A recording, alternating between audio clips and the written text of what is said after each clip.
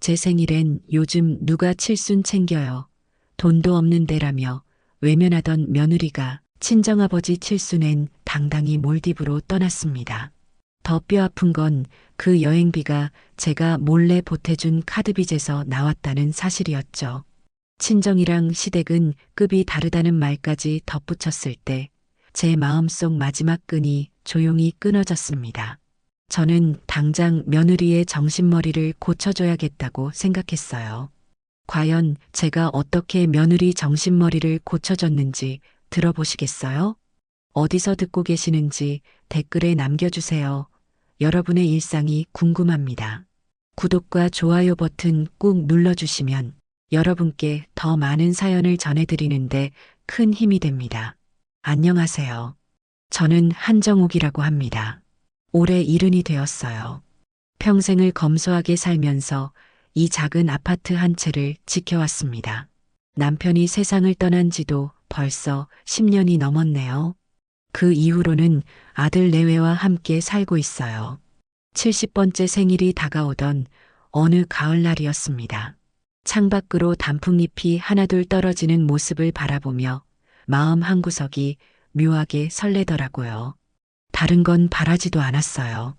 그저 소박한 상차림에 가족들이 모여 앉아서 건강만 하세요라고 따뜻한 한마디라도 건네주면 그것만으로도 충분할 것 같았습니다. 저녁 준비를 하면서 거실에 앉아 있는 아들과 며느리를 살짝 바라봤어요. 아들 최준호는 소파에 기대어 핸드폰을 보고 있었고 며느리 장서영은 화장대 앞에서 이것저것 발라가며 외출 준비를 하고 있었습니다. 평상시보다 조금 더 정성스럽게 반찬을 만들면서도 마음속으로는 어떻게 꺼낼까 고민했어요. 설거지를 마치고 앞치마를 벗으며 조심스럽게 입을 열었습니다. 다음 주가 내 칠순인데 우리 가족끼리라도 작은 자리 하나 해볼까? 아들이 핸드폰에서 고개를 들더니 잠깐 망설이는 표정을 짓더라고요. 그런데 며느리가 화장대에서 돌아서며 차가운 목소리로 말했습니다. 어머니, 요즘 누가 칠순잔치 같은 거 해요? 그리고 돈도 없는데 무슨 잔치를 해요? 그 순간 가슴이 쿵 하고 내려앉는 것 같았어요. 마치 찬물을 머리부터 발끝까지 뒤집어 쓴 기분이었습니다. 며느리의 표정에는 귀찮다는 기색이 역력했고 아들은 그저 고개를 숙인 채 아무 말도 하지 않았어요. 아, 그래. 아무래도 그렇지? 겉으로는 담담하게 대답했지만 속으로는 얼마나 서운했는지 몰라요. 70평생을 살아오면서 이렇게 쓸쓸한 기분을 느껴본 적이 없었습니다. 친구 박영자는 저번 달에 칠순잔치를 성대하게 치렀고 옆집 할머니도 자식들이 호텔에서 가족 모임을 해줬다는 이야기를 들었거든요. 그날 밤 잠자리에 누워서도 계속 생각났어요. 며느리의 싸늘한 말투가 귓가에 맴돌았습니다. 돈도 없는데라고 말했지만 사실 우리 형편이 그렇게 어려운 것도 아니었어요. 물론 부자는 아니지만 생활하는데 큰 무리는 없었거든요. 다음 날 아침 밥상을 차리면서도 마음이 무거웠습니다. 아들과 며느리는 평소처럼 조용히 아침을 먹고 출근 준비를 했어요. 아무도 어제 일에 대해서는 언급하지 않았습니다. 마치 아무 일도 없었던 것처럼 말이에요. 설거지를 하면서 거울에 비친 제 모습을 보니 어느새 이마에 주름이 깊게 패여 있더라고요. 언제 이렇게 늙었나 싶으면서도 한편으로는 내가 너무 큰 기대를 했나 하는 생각도 들었어요. 세상이 변했으니 나도 변해야 하는 건가 싶기도 했고요. 그런데 이상하게도 마음 한구석에서는 뭔가 서운함이 계속 자라고 있었습니다. 단순히 잔치를 못하는 것 때문이 아니었어요. 며느리의 태도, 그리고 그런 며느리 앞에서 아무 말도 못하는 아들의 모습이 더 속상했던 것 같아요. 칠순이라는 건 인생에서 한 번뿐인 의미 있는 날인데 그것조차 귀찮아하는 며느리를 보니 앞으로 우리 가족이 어떻게 될지 막막하기만 했습니다. 며느리 서영이는 겉보기에는 항상 말끔하고 세련되게 보였습니다. 매일 다른 옷을 입고 나가고 핸드백도 자주 바뀌더라고요. 아들 준호가 대기업에 다니긴 하지만 그렇게 여유롭게 살 정도는 아닌데도 말이에요. 어느 날 우연히 알게 된 일이었습니다.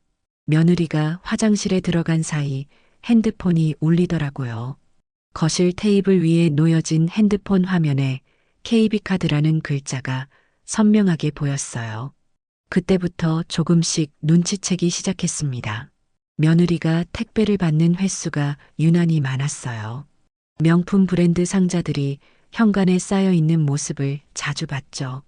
그리고 친구들과 만날 때마다 비싼 레스토랑이나 호텔 라운지에서 만나는 것 같더라고요. 사진을 보여주면서 자랑하는 모습을 보니 한 번 나가면 적어도 10만 원은 쓰는 것 같았어요. 그러던 어느 날 저녁이었습니다. 설거지를 하고 있는데 며느리가 조심스럽게 다가왔어요. 평소와는 다른 조금 움츠러든 모습이었습니다. 어머니, 죄송한데 급한 일이 있어서 그러는데요. 혹시 300만 원 정도 잠깐 빌려주실 수 있을까요? 갑작스러운 부탁에 깜짝 놀랐어요. 300만 원이라는 게 작은 돈이 아니니까요. 왜 필요한지 물어보니 카드값이 생각보다 많이 나와서 급하다고 하더라고요. 며느리의 얼굴이 창백해 보였어요. 사실 제가 모아둔 적금이 있었습니다. 남편이 돌아가시고 나온 보험금을 혹시 모를 일에 대비해서 한 푼도 안 쓰고 모아둔 돈이었어요. 며느리가 그렇게 어려워하는 모습을 보니 마음이 아프더라고요. 돈을 빌려주면서 며느리에게 말했어요. 아들한테는 말하지 말자고요. 준호가 스트레스 받을까봐 걱정됐거든요. 며느리도 고개를 끄덕이며 정말 고맙다고 빨리 갚겠다고 약속했습니다. 그런데 그게 시작이었어요. 한 달 후에 또 돈을 빌려달라고 하더라고요. 이번에는 200만 원이었어요. 그 다음 달에는 100만 원. 처음에는 정말 일시적인 어려움인 줄 알았는데 점점 빈도가 잦아지고 금액도 커지더라고요. 며느리를 자세히 살펴보니 쇼핑 중독에 가까웠습니다. 스트레스가 쌓이면 백화점에 가서 이것저것 사들고 오는 거예요. 한 번 나가면 몇십만 원씩 쓰고 들어오는 게 일상이 되어버린 것 같아 보였어요. 여행도 자주 갔어요. 친구들과 제주도나 부산으로 1박 2일 여행을 가면서 호텔에서 스파도 받고 맛있는 음식도 먹는다고 하더라고요. 아들 몰래 갚아준 카드빚이 벌써 2천만 원을 넘어갔습니다. 제가 평생 모아둔 적금을 거의 다 털어서 도와준 셈이었어요. 매번 며느리는 정말 죄송하다고 꼭 갚겠다고 약속했는데 갚아지기는커녕 빚만 계속 늘어나더라고요. 가장 속상했던 건 며느리의 태도 변화였어요. 처음에는 정말 미안해하고 고마워하던 모습이었는데 시간이 지나면서 점점 당연하게 여기는 것 같더라고요. 어머니, 이번 달 카드값도 좀 부탁드려도 될까요? 말투도 처음보다 훨씬 가벼워졌어요. 마치 용돈을 달라고 하는 것처럼 자연스럽게 말하는 거예요.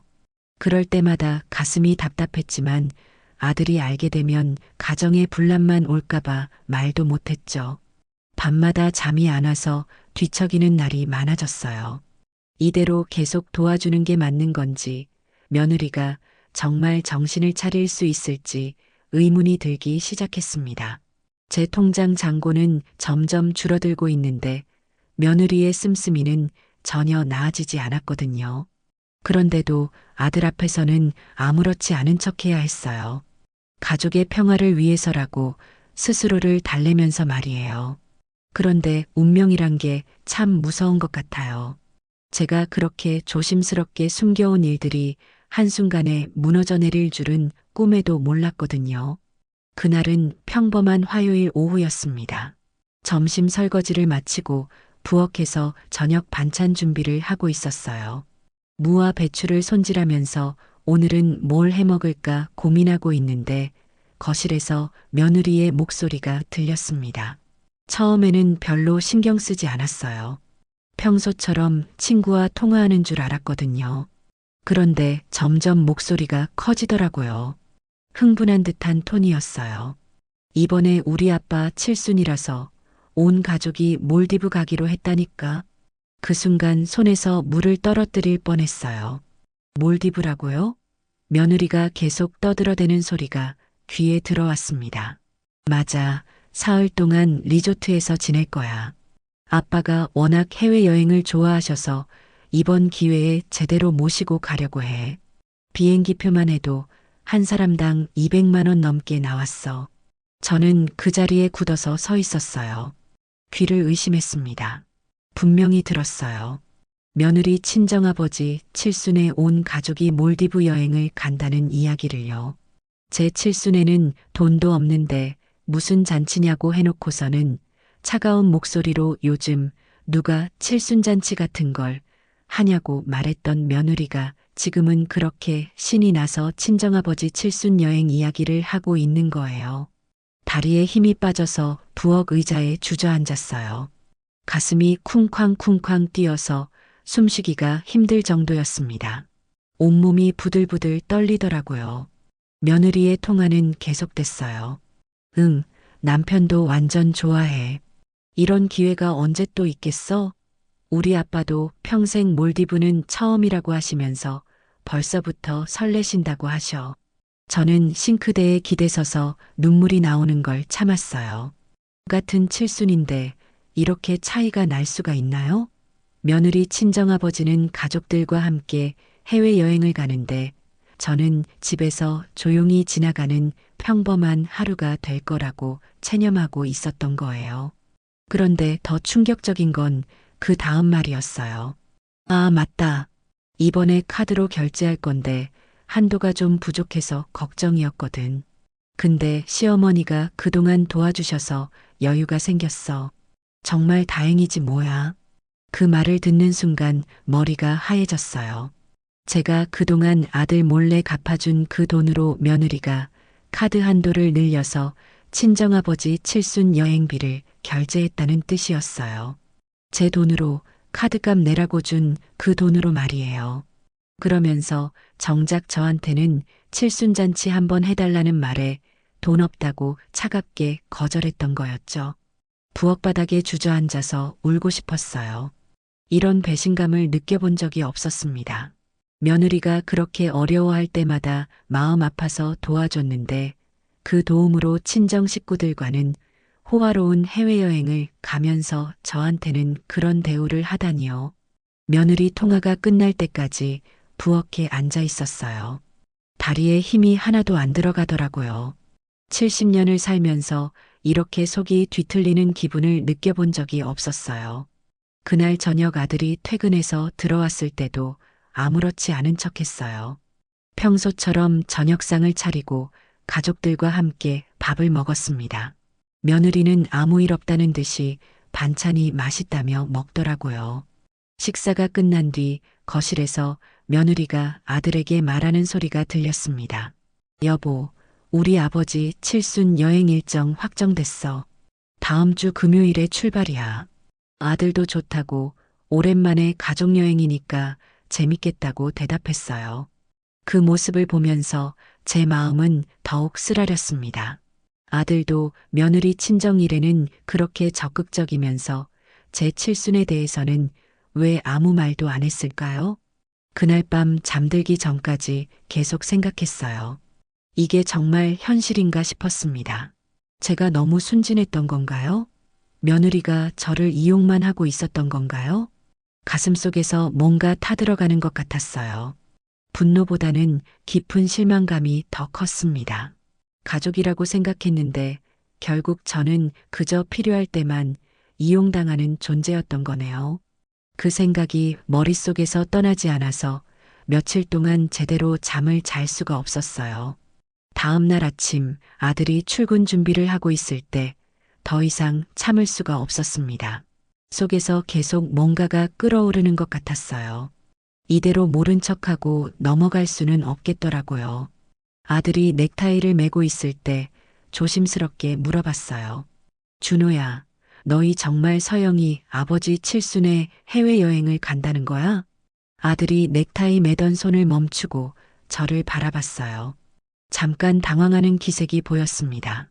그러더니 고개를 돌리며 대답했어요. 그런 계획이 있긴 해요, 엄마. 그 순간 가슴이 철렁 내려앉았어요. 정말이었구나 싶었죠. 아들의 표정을 보니 뭔가 미안해하는 것 같기도 하고 어색해하는 것 같기도 했어요. 그런데 돈은 어디서 나는 거니? 몰디브 여행이면 얼마나 비싼데. 아들이 시선을 피하면서 머뭇거리더라고요. 한참을 망설이다가 작은 목소리로 말했습니다. 서영이가 아버지 칠순 기념으로 자기가 카드로 결제했다고 하더라고요. 그 말에 온몸에 소름이 돋았어요. 그 카드 빚을 제가 몰래 갚아준 걸 아들은 모르고 있는 거였어요. 며느리가 아들한테도 거짓말을 하고 있었던 거죠. 눈앞이 캄캄해졌습니다.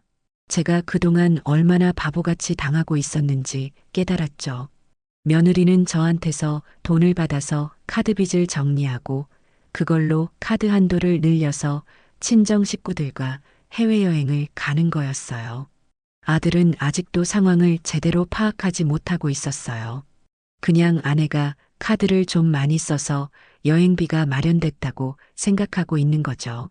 제가 뒤에서 얼마나 많은 돈을 대신 갚아줬는지도 모르고 말이에요.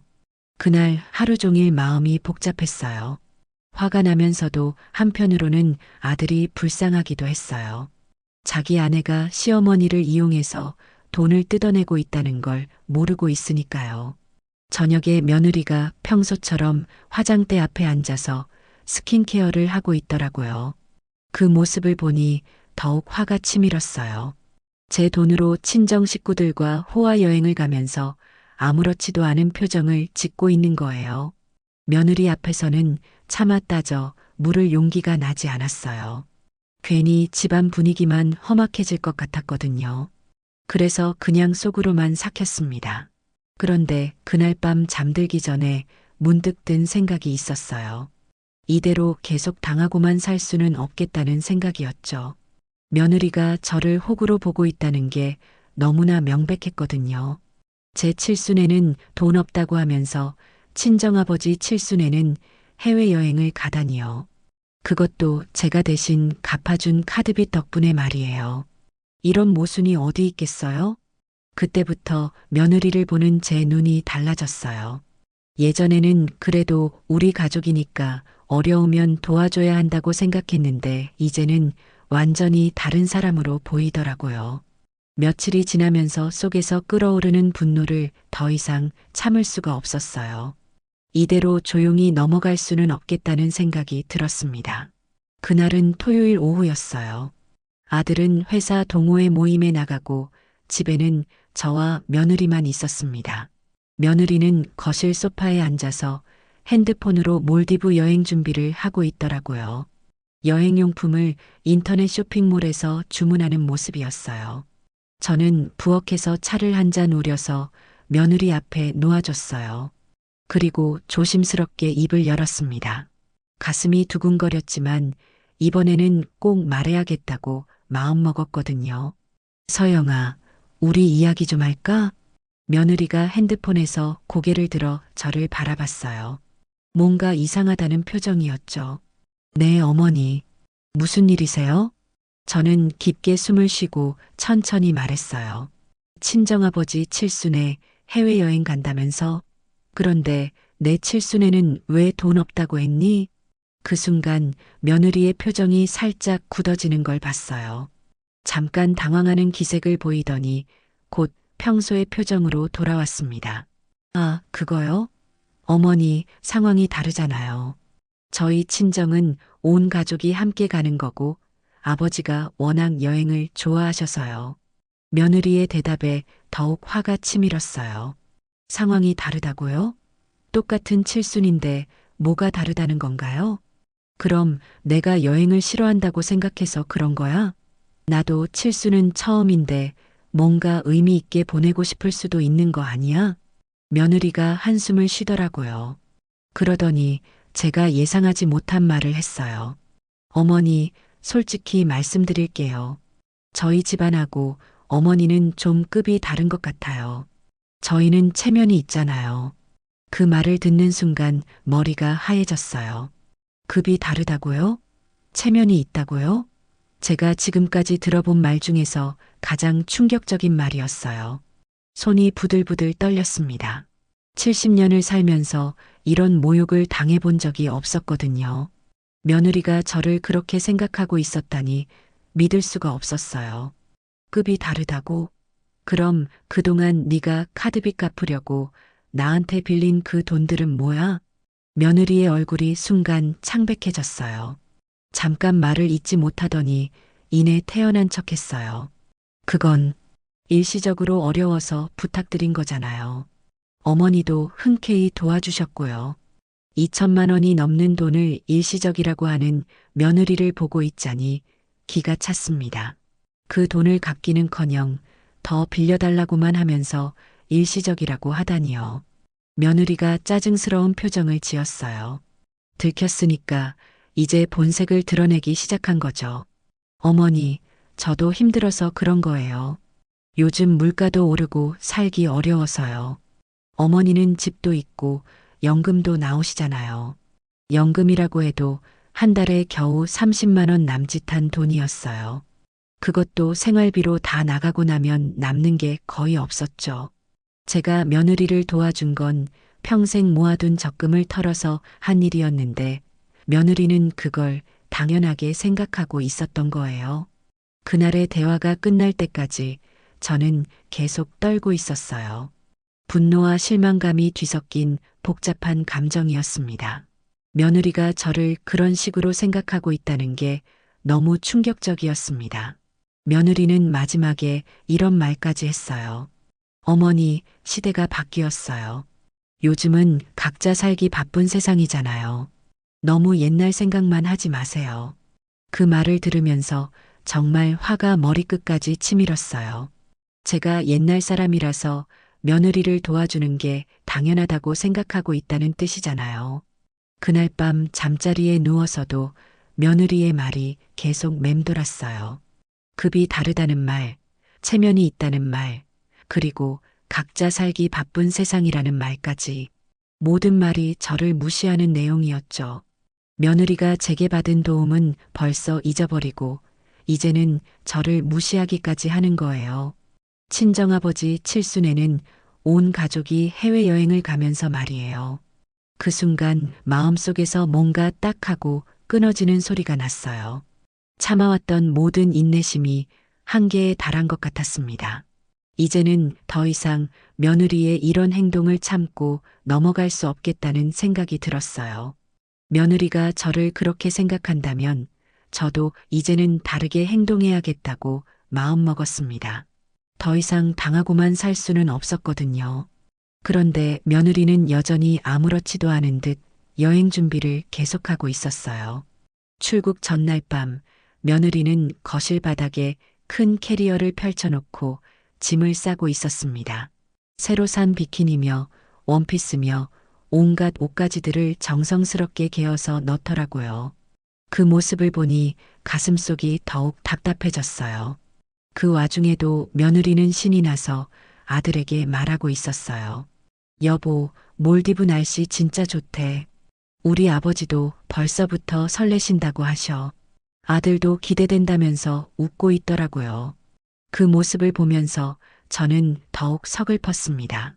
며느리 친정 일에는 그렇게 들뜬 모습을 보이면서 제 칠순에 대해서는 왜 그런 관심을 보이지 않았을까요? 출국 당일 아침이었어요.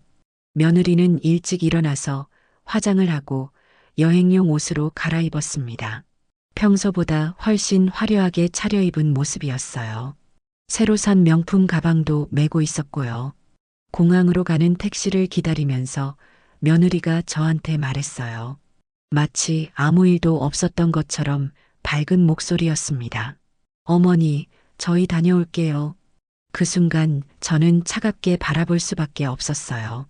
며칠 전에 저한테 했던 모욕적인 말들이 아직도 생생하게 기억나는데 이렇게 태연하게 인사를 할 수 있다니요. 아들도 여행 가방을 들고 나와서 말했어요.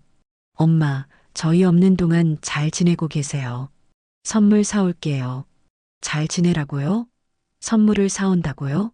며느리가 저를 어떻게 생각하고 있는지 그리고 제 돈으로 그 여행을 간다는 사실을 아들은 아직도 모르고 있다는 게 답답해 미칠 지경이었습니다.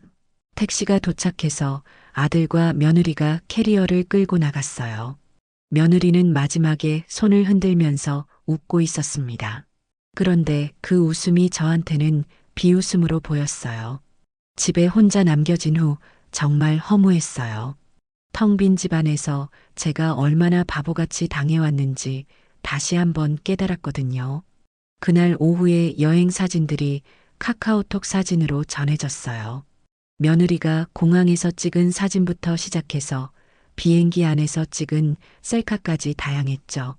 가장 어이없던 건 며느리가 면세점에서 쇼핑하는 사진이었어요.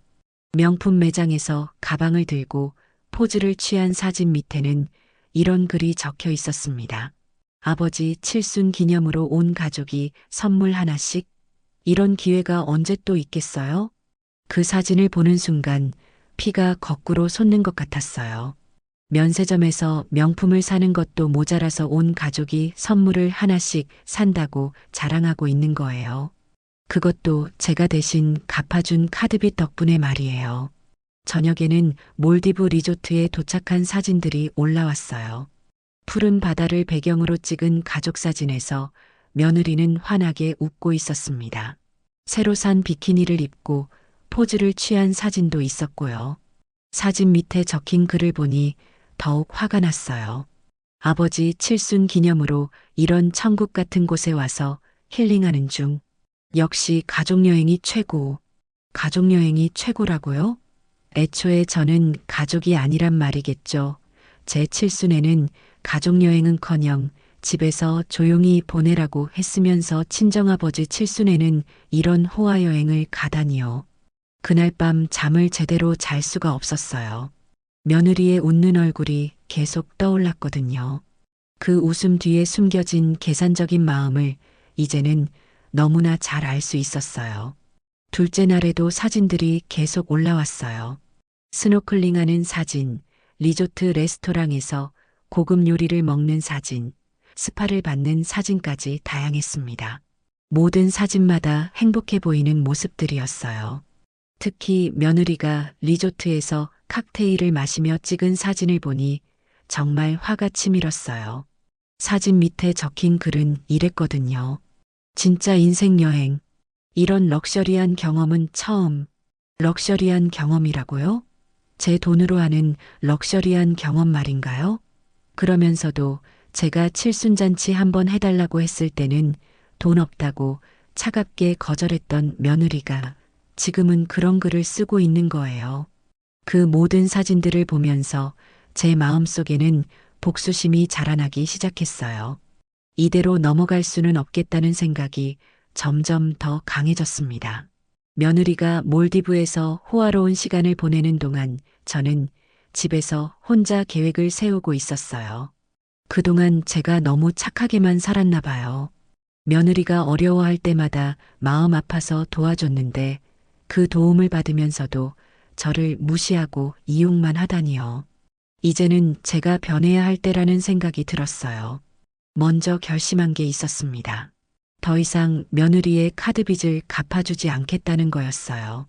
이미 2천만 원이 넘는 돈을 대신 갚아줬는데 며느리는 그걸 당연하게 생각하면서 제게는 급이 다르다는 모욕적인 말까지 했거든요. 그날 오후 저는 동네 법무사 사무소를 찾아갔어요. 김영호 법무사는 제가 아는 지인의 소개로 만나게 된 분이었는데 상속이나 부동산 관련 일로 유명한 분이었어요. 사무실에 들어가자 김 법무사가 반갑게 맞아주더라고요. 어르신, 어떤 일로 오셨나요? 편하게 말씀해 보세요. 저는 조금 망설이다가 솔직하게 털어놨어요. 선생님, 제가 며느리 때문에 고민이 많아요.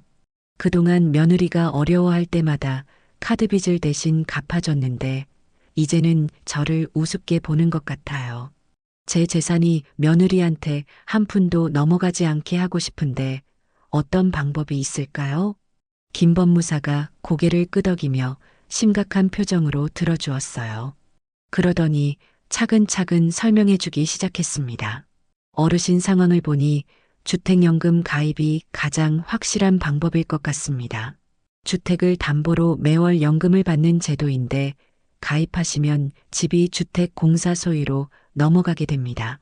그러면 상속할 재산이 없어지는 거죠. 주택연금이라는 걸 처음 들어봤는데 김 법무사의 설명을 듣다 보니 제가 원하는 바로 그거였어요. 그럼 제가 세상을 떠나면 이 집은 어떻게 되는 건가요? 한국주택금융공사에서 집을 처분해서 그동안 지급한 연금을 정산하게 됩니다. 남은 돈이 있으면 상속인에게 주지만 보통은 거의 남지 않아요. 그리고 무엇보다 중요한 건 가입 즉시 집의 소유권이 이전되기 때문에 며느리가 나중에 어떤 시도를 해도 소용없다는 점입니다. 그 말을 듣는 순간 가슴이 뻥 뚫리는 기분이었어요. 이거야말로 며느리에게 제대로 된 교훈을 줄 수 있는 방법이었거든요. 김 법무사가 계속 설명해 주었어요. 다만 한 가지 주의하실 점은 가족들의 동의 없이 진행하시면 나중에 갈등이 생길 수 있다는 거예요. 그래도 어르신 명의의 재산이니까 어르신이 결정하실 권리가 있습니다. 며느리가 저한테 그동안 어떻게 했는데 동의 따위는 구할 필요가 없었죠. 저는 단호하게 대답했어요. 선생님, 제 결심은 확고해요. 며느리가 저를 호구로 보고 이용만 하는데 왜 제가 그런 사람을 위해서 재산을 남겨둬야 하나요? 김 법무사가 제 의지가 확고한 걸 보고는 필요한 서류들을 설명해 주었어요. 등기부등본, 신분증, 인감도장 등을 준비하라고 하더라고요. 다음 날 아침 일찍 필요한 서류들을 모두 챙겨서 주택공사로 찾아갔어요. 주택공사 직원이 서류를 검토하면서 말했습니다. 어르신, 이 집 시세가 꽤 나가네요. 월 연금액도 상당할 것 같은데 정말 진행하시겠어요? 한번 가입하면 되돌리기 어려워요. 네, 진행하겠어요. 더 이상 망설일 이유가 없어요. 그렇게 해서 주택연금 가입 신청을 완료했어요. 며칠 후 주택공사에서 집 감정평가를 위해 직원이 나왔고 일주일 만에 모든 절차가 끝났습니다. 계약서에 서명하는 순간 정말 시원한 기분이었어요. 이제 며느리가 아무리 계산을 해봐도 제 집은 절대 손에 넣을 수 없게 된 거니까요. 공사 직원이 마지막에 설명해 줬어요. 어르신, 이제부터 매달 일정 금액이 통장으로 입금됩니다. 그리고 이 집은 공사 소유가 되었으니까 누구도 임의로 처분할 수 없어요. 집에 돌아와서 거실에 앉아 있으니까 기분이 정말 묘했어요. 겉보기에는 똑같은 집이지만 이제는 완전히 다른 의미가 된 거잖아요. 그날 저녁 혼자 저녁을 먹으면서 중얼거렸어요. 서영아, 이제 네 카드 빚은 네가 알아서 갚아라. 그리고 내 집 상속받을 생각은 아예 접어둬라. 며느리가 몰디브에서 보내온 사진들을 다시 보니까 이제는 화가 나지 않더라고요. 오히려 불쌍하다는 생각이 들었어요. 아직도 자기가 얼마나 큰 실수를 했는지 모르고 있으니까 말이에요. 이제 며느리가 여행에서 돌아와서 현실을 마주하게 될 때가 기다려졌어요. 제가 더 이상 호구가 아니라는 걸 제대로 보여줄 기회가 온 거니까요. 며느리가 여행에서 돌아오기 전까지 저는 완벽하게 준비를 끝내고 싶었어요. 주택연금 가입 절차가 끝난 다음 날 저는 본사로 직접 가서 최종 서류를 확인했습니다. 서류를 받아보니 정말 실감이 나더라고요. 이 작은 종이 한 장으로 며느리의 계산이 완전히 틀어진 거니까요. 담당 직원인 박민수 과장이 친절하게 설명해 주었어요. 어르신, 이제부터 매월 25일에 연금이 입금될 예정입니다. 그리고 혹시 궁금한 게 있으시면 언제든 연락 주세요. 아, 그리고 이 계약 내용을 가족분들께 미리 알려두시는 게 좋을 것 같은데요. 가족들에게 알려두라는 말에 저는 씩 웃었어요. 집으로 돌아오는 길에 마음이 정말 홀가분했어요. 이제 며느리가 아무리 저를 무시하고 이용하려 해도 소용없게 되었거든요. 제 재산에 대한 헛된 꿈은 아예 접어도 된다는 걸 곧 알게 될 테니까요. 그날 오후에는 은행에 들러서 통장 정리도 했습니다. 그동안 며느리 카드빚을 갚느라 거의 바닥났던 적금 통장을 보니까 씁쓸하더라고요. 2천만 원이 넘는 돈이 순식간에 사라졌는데 며느리는 고마워하기는커녕 저를 무시하기까지 했으니까요. 집에 와서는 며느리가 그동안 빌려간 돈의 목록을 정리해 봤어요.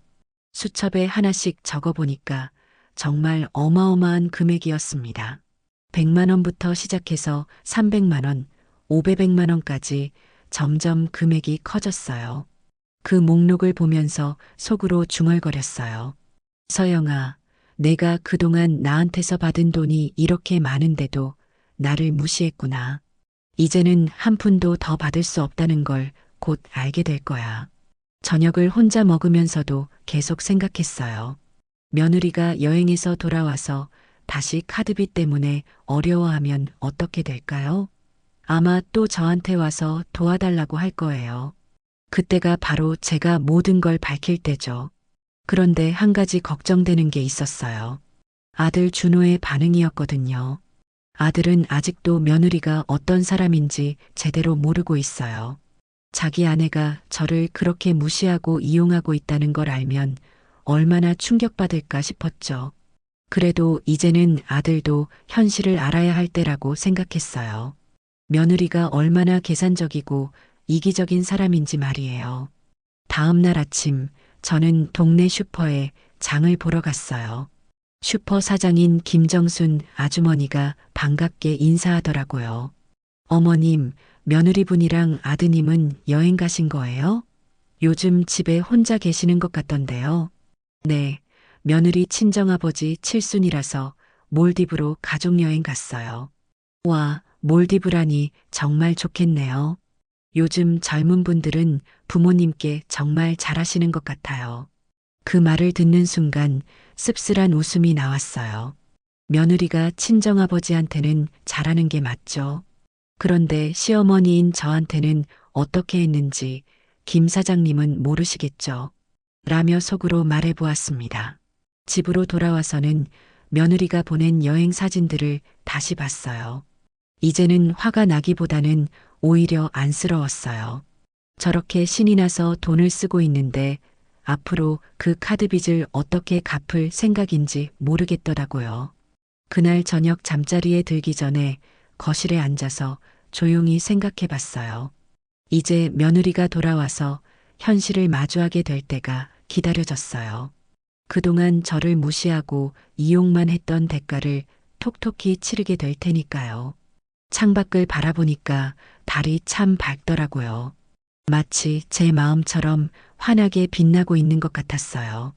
이제야 정말 후련한 기분이 들었습니다. 속으로 중얼거렸어요. 내일부터 며느리가 돌아오면 정말 재밌어질 거야. 그동안 나를 호구로 본 대가를 제대로 보여줄 때가 왔으니까요. 드디어 며느리와 아들이 몰디브 여행에서 돌아오는 날이 되었어요. 오후 3시쯤 택시 소리가 들리더니 현관문이 열렸습니다. 며느리 서영이가 큰 캐리어를 끌고 들어왔는데 얼굴이 완전히 새까맣게 탔더라고요. 그런데 표정만은 정말 만족스러워 보였어요. 며느리가 거실에 캐리어를 놓으면서 신이 난 목소리로 말했어요. 어머니, 저희 정말 잘 다녀왔어요.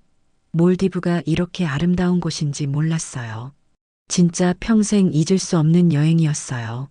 그 말을 들으면서 저는 속으로 씁쓸하게 웃었어요.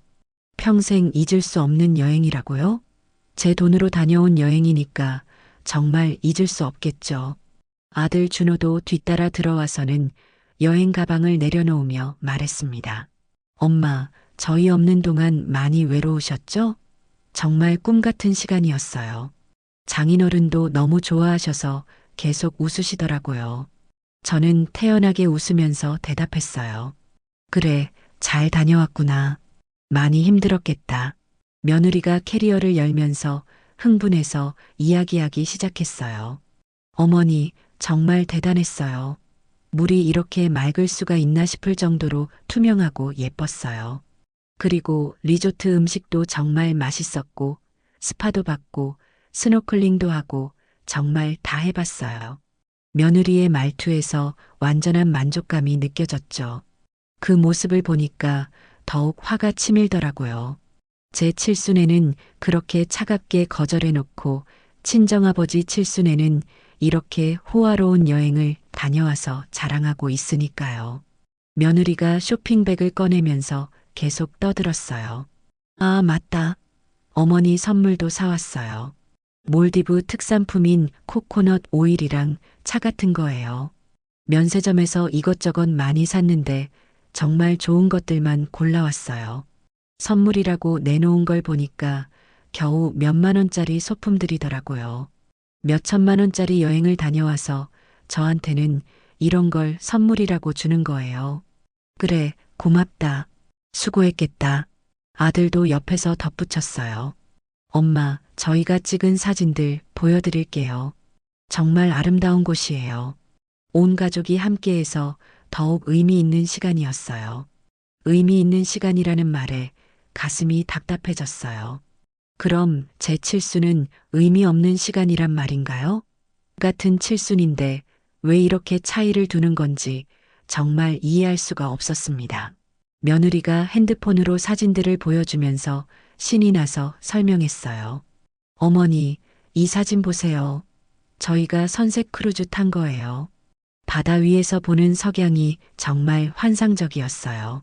사진을 보면서 저는 복잡한 기분이었어요. 한편으로는 가족들이 즐거운 시간을 보낸 것 같아서 다행이라고 생각하면서도 다른 한편으로는 그 즐거운 시간이 제 희생으로 이루어진 거라는 생각에 속이 쓰렸거든요.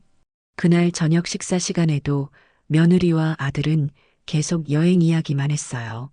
몰디브의 음식이 어땠다, 날씨가 어땠다, 사람들이 어땠다 하면서 끝없이 떠들어댔죠. 저는 그 모든 이야기를 들으면서 속으로 계속 생각했어요. 이제 며느리가 현실로 돌아와서 카드 청구서를 받아보면 어떤 반응을 보일까요? 분명히 또 저한테 와서 도와달라고 할 텐데 그때가 바로 제가 준비해둔 걸 보여줄 때죠. 며느리는 아직도 자기가 얼마나 큰 실수를 했는지 모르고 있었어요. 저를 무시하고 이용만 해도 계속 도와줄 거라고 생각하고 있는 거죠. 이제 곧 현실을 마주하게 될 텐데 말이에요. 며느리가 여행에서 돌아온 지 일주일이 지났을 때였어요. 그때까지도 며느리는 여전히 몰디브 이야기만 하고 있었죠. 그런데 어느 날 오후 며느리의 표정이 갑자기 어두워지더라고요. 핸드폰을 보면서 얼굴이 하얗게 질리는 모습이 보였어요. 아마 카드 청구서가 나온 모양이었습니다. 며느리가 당황한 목소리로 혼잣말을 하더라고요. 어떻게 이렇게 많이 나왔지? 계산이 안 맞는데. 저는 부엌에서 설거지를 하면서 그 모습을 지켜봤어요. 드디어 현실을 마주하는 순간이 온 거죠. 그동안 제 돈으로 카드 빚을 갚아서 한도를 늘렸는데 이제는 그 한도를 다 써버리고 더 이상 갚을 돈이 없다는 걸 깨달은 거예요. 며칠 후 저녁 식사 시간에 며느리가 조심스럽게 말을 꺼냈어요. 어머니, 죄송한데 이번 달 카드 청구 금액이 좀 많이 나와서요. 여행하면서 예상보다 많이 쓴 것 같아요. 혹시 또 도와주실 수 있을까요? 그 말만을 기다리고 있었어요. 저는 젓가락을 내려놓고 며느리를 똑바로 쳐다봤습니다. 얼마나 나왔는데? 2,500만 원 정도요. 정말 죄송해요. 꼭 갚을게요. 2,500만 원이라는 금액을 듣는 순간 아들 준호가 깜짝 놀라더라고요. 뭐? 2,500만 원? 서영아, 도대체 뭘 그렇게 많이 산 거야? 며느리가 당황해서 변명하기 시작했어요. 여행비랑 쇼핑한 것들, 그리고 리조트에서 이것저것. 생각보다 많이 나왔어요. 저는 그때 결심했어요. 이제 모든 걸 털어놓을 때가 된 거라고 말이에요. 더 이상 숨길 이유도 없고 며느리에게 현실을 제대로 보여줄 때가 왔다고 생각했거든요. 준호야, 서영아, 너희 둘 다 이리 와. 내가 중요한 이야기를 할 게 있어. 두 사람이 저를 바라봤어요. 아들은 뭔가 심각한 분위기를 느꼈는지 긴장한 표정이었고 며느리는 혹시 또 도와준다는 이야기인가 하는 기대 섞인 표정이었어요. 저는 천천히 입을 열었습니다. 우선 서영이 네가 그동안 나한테 빌린 돈이 얼마인지 알고 있니? 정확히 2,400만 원이야. 네가 카드빚을 갚아야 한다고 해서 내가 평생 모아둔 적금을 다 털어서 준 돈이지. 아들이 깜짝 놀라면서 소리쳤어요. 엄마, 그게 무슨 말씀이세요? 서영이가 엄마한테 그렇게 많은 돈을 빌렸다고요? 며느리 얼굴이 새하얗게 변했어요. 자기가 아들한테 거짓말을 하고 있었다는 게 들통난 거죠. 저는 계속 말했어요. 그래, 준호야. 잘난 며느님이 그동안 나한테 몰래 와서 카드빚 갚아달라고 계속 돈을 빌려갔어. 처음에는 300만 원, 그 다음에는 500만 원, 점점 금액이 커져서 마지막에는 한 번에 1,500만 원까지 빌려간 적도 있어. 아들이 며느리를 바라보며 따져 물었어요. 서영아, 이게 정말이야? 엄마한테 그렇게 많은 돈을 빌렸으면서 나한테는 왜 말 안 했어? 며느리가 변명하려고 했어요. 여보, 당신한테 걱정 끼치기 싫어서. 그리고 곧 갚을 수 있을 줄 알았어. 갚을 수 있을 줄 알았다고요? 저는 냉소적으로 웃었어요. 갚을 수 있을 줄 알았다면서 왜 계속 더 빌려갔어? 그리고 내 칠순에는 돈 없다고 하면서 내 친정아버지 칠순에는 몰디브 여행을 가는 게 맞는 거야? 며느리가 할 말을 잃고 있을 때 저는 가장 중요한 폭탄을 던졌어요.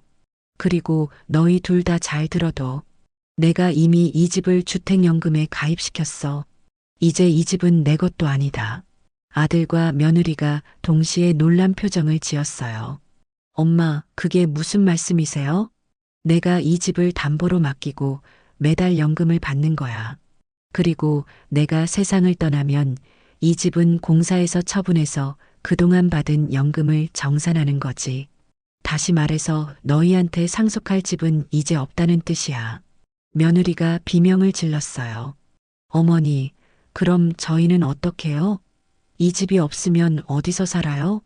그때 저는 단호하게 말했어요. 그건 너희가 알아서 해. 그리고 너, 이제부터 네 카드빚은 절대 도와주지 않을 거야.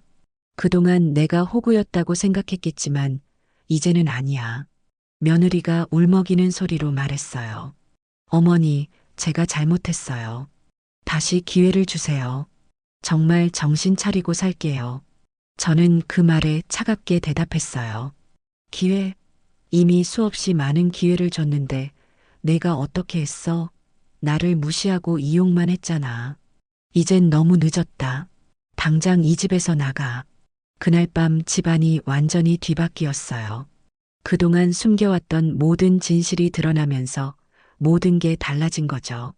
이제야 며느리가 자신의 행동에 대한 대가를 치르게 된 거예요. 그날 밤부터 집안 분위기가 완전히 바뀌었습니다. 며느리 서영이는 계속 울면서 용서해달라고 빌었고 아들 준호는 충격에서 벗어나지 못하고 있었어요. 다음 날 아침 며느리가 빨간 눈으로 제게 와서 무릎을 꿇고 말했어요. 어머니, 정말 잘못했어요. 제가 너무 철없이 행동했어요. 다시 한 번만 기회를 주세요. 이제 정말 달라질게요. 카드도 다 끊고 절약해서 살게요. 그 모습을 보니까 한편으로는 안쓰럽긴 했어요. 그래도 마음을 바꿀 수는 없었습니다. 이미 선을 넘은 일이 너무 많았거든요. 얘 이미 늦었어. 그동안 네가 나한테 어떻게 했는지 잊었니? 급이 다르다고 체면이 있다고 했던 말들 말이야. 며느리가 더욱 울면서 대답했어요. 그때는 제가 정말 잘못 생각했어요. 스트레스 받고 화가 나서 말도 안 되는 소리를 한 거예요.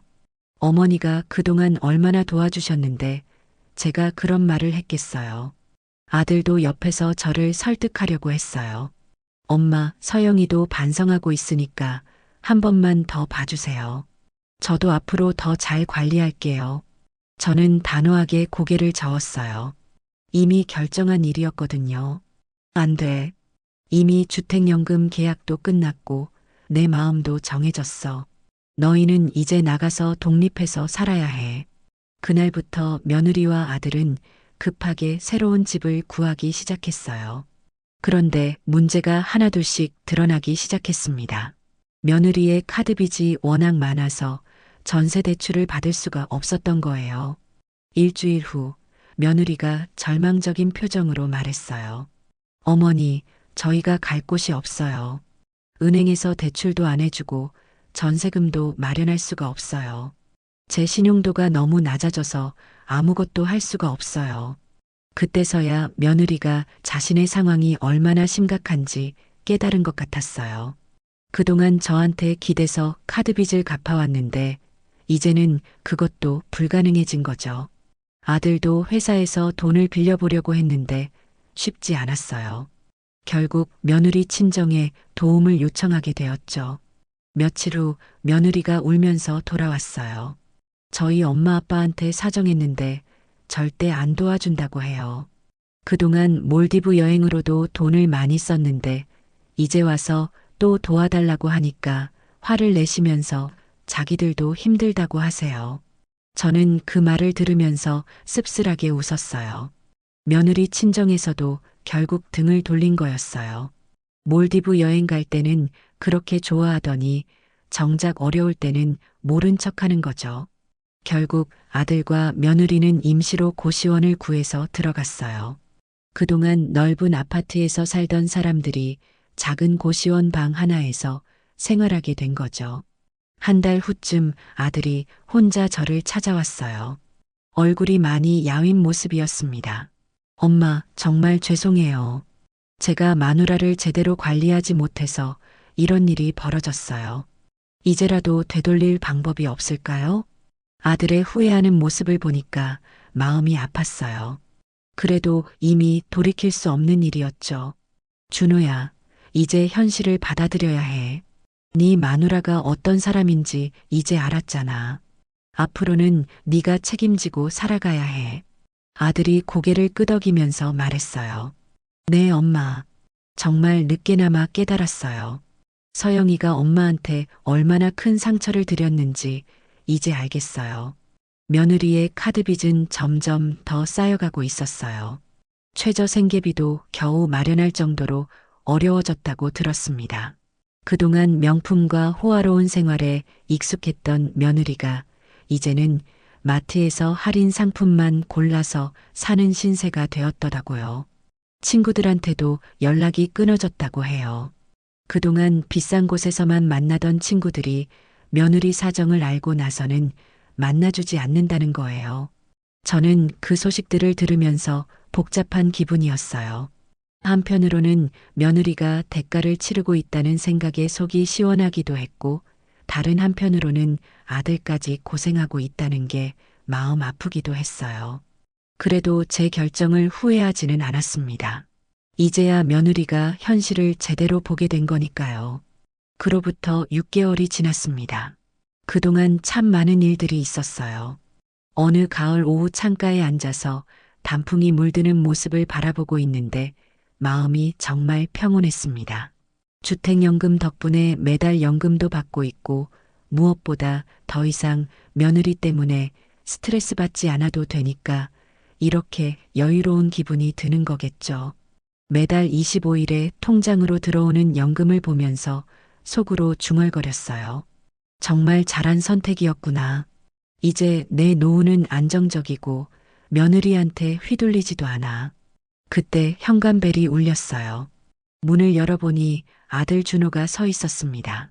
몇 달 만에 보는 모습인데 많이 야위어 보였어요. 그래도 예전보다는 표정이 의젓해 보였습니다. 엄마, 안녕하세요. 오랜만에 인사드리러 왔어요. 그래, 들어와. 많이 힘들었지? 아들이 거실에 앉으면서 깊은 한숨을 쉬었어요. 그러더니 차근차근 그동안의 이야기를 들려주기 시작했습니다. 엄마, 그동안 정말 많은 일이 있었어요. 서영이 카드빚 때문에 개인회생 신청을 했어요. 변호사 비용도 만만치 않았고 법정에서 채권자들 앞에 서는 것도 정말 힘들었어요. 개인회생이라는 말을 듣고 저는 놀랐어요. 며느리 상황이 그 정도까지 심각했던 건가요? 아들이 계속 말했어요. 서영이가 처음에는 받아들이지 못하겠다고 계속 울었어요. 그런데 더 이상 버틸 수가 없더라고요. 신용카드 회사에서는 계속 독촉하고 이자는 눈덩이처럼 불어나고 결국 법정 관리를 받는 수밖에 없었어요. 저는 그 말을 들으면서 복잡한 기분이었어요. 한편으로는 며느리가 자업자득이라는 생각이 들었고 다른 한편으로는 아들까지 고생시킨 게 미안했거든요. 아들이 더 충격적인 이야기를 해줬어요. 그리고 엄마 서영이 친정에서도 완전히 연락을 끊었어요. 몰디브 여행 갈 때는 그렇게 좋아하더니 이제 와서 도움 요청하니까 아예 문도 열어주지 않더라고요. 장인어른이 글쎄 뭐라고 하신 줄 아세요? 어떤 말씀을 하셨는데? 우리도 이제 너희와는 상관없이 살겠다. 우리도 우리 앞가림하기 힘들다. 앞으로는 연락하지 말라고 하셨어요. 그 말을 듣는 순간 정말 기가 막혔어요. 며느리 친정도 결국 이기적인 사람들이었던 거죠. 좋을 때만 함께하고 어려울 때는 모른 척하는 거예요. 아들이 눈물을 글썽이면서 말했어요. 엄마, 이제야 정말 깨달았어요. 서영이가 엄마한테 얼마나 큰 잘못을 했는지, 그리고 제가 얼마나 바보같이 살았는지 말이에요. 엄마가 그동안 얼마나 많은 걸 희생하셨는데 저희는 그걸 당연하게 여겼어요. 아들의 후회하는 모습을 보니까 마음이 좀 누그러졌어요. 그래도 늦게나마 깨달은 게 다행이었죠. 준호야, 이제라도 정신 차린 게 다행이야. 앞으로는 정말 현실적으로 살아야 해. 네, 엄마. 이제 서영이도 완전히 달라졌어요. 예전에 명품만 찾던 사람이 이제는 마트에서 할인 상품만 골라서 사요. 외식도 전혀 안 하고 집에서 라면 끓여 먹는 게 일상이 되었어요. 그 이야기를 들으면서 묘한 만족감을 느꼈어요. 며느리가 드디어 현실을 제대로 보게 된 거니까요. 아들이 마지막에 이런 말을 했어요. 엄마, 정말 죄송해요. 그리고 엄마가 하신 선택이 옳았다는 걸 이제 깨달았어요. 만약 엄마가 계속 도와주셨다면 서영이는 절대 정신을 차리지 못했을 거예요. 아들이 돌아간 후 저는 다시 창가에 앉았어요. 해가 저물어가는 모습을 바라보면서 지난 일들을 되돌아봤습니다. 정말 통쾌했어요. 그동안 저를 무시하고 이용만 했던 며느리가 결국 제대로 된 대가를 치르게 된 거니까요. 제 칠수는 무시하면서 친정아버지 칠순에는 몰디브 여행을 갔던 그 대가를 톡톡히 받은 거죠. 며느리는 이제 개인회생으로 몇 년 동안 법정 관리를 받으면서 살아야 해요. 그동안 사치와 허영에 빠져서 살던 대가를 제대로 치르는 거죠. 친정에서도 연락을 끊었으니까 이제는 정말로 혼자 힘으로 살아가야 합니다. 저는 창밖을 바라보면서 미소를 지었어요. 서영아, 이제 알겠니? 사람을 함부로 대하면 안 되는 거야. 특히 도움을 주는 사람을 무시하고 이용만 하면 결국 이렇게 되는 거야. 그리고 저 자신에게도 말해줬어요. 이제는 정말 당당하게 제 노후를 즐기면서 살 수 있게 되었다고 말이에요. 주택연금 덕분에 경제적으로도 안정되었고 무엇보다 더 이상 누구한테도 휘둘리지 않고 제 의지대로 살 수 있게 되었어요. 이런 통쾌한 기분을 느껴본 적이 없었습니다. 지금 제 마음은 정말 시원하고 평온합니다. 이제야 진정한 제 인생을 살고 있다는 기분이에요. 네, 정옥님 사연 잘 들어보았습니다. 도움을 주는 사람을 당연하게 여기고 무시하면 결국 큰 대가를 치르게 된다는 교훈을 주신 것 같아요. 여러분 정옥 할머니께 응원과 위로의 댓글 남겨주세요. 큰 힘이 됩니다. 구독과 좋아요 버튼 꼭 눌러주시고 오늘도 끝까지 함께 해주셔서 감사합니다.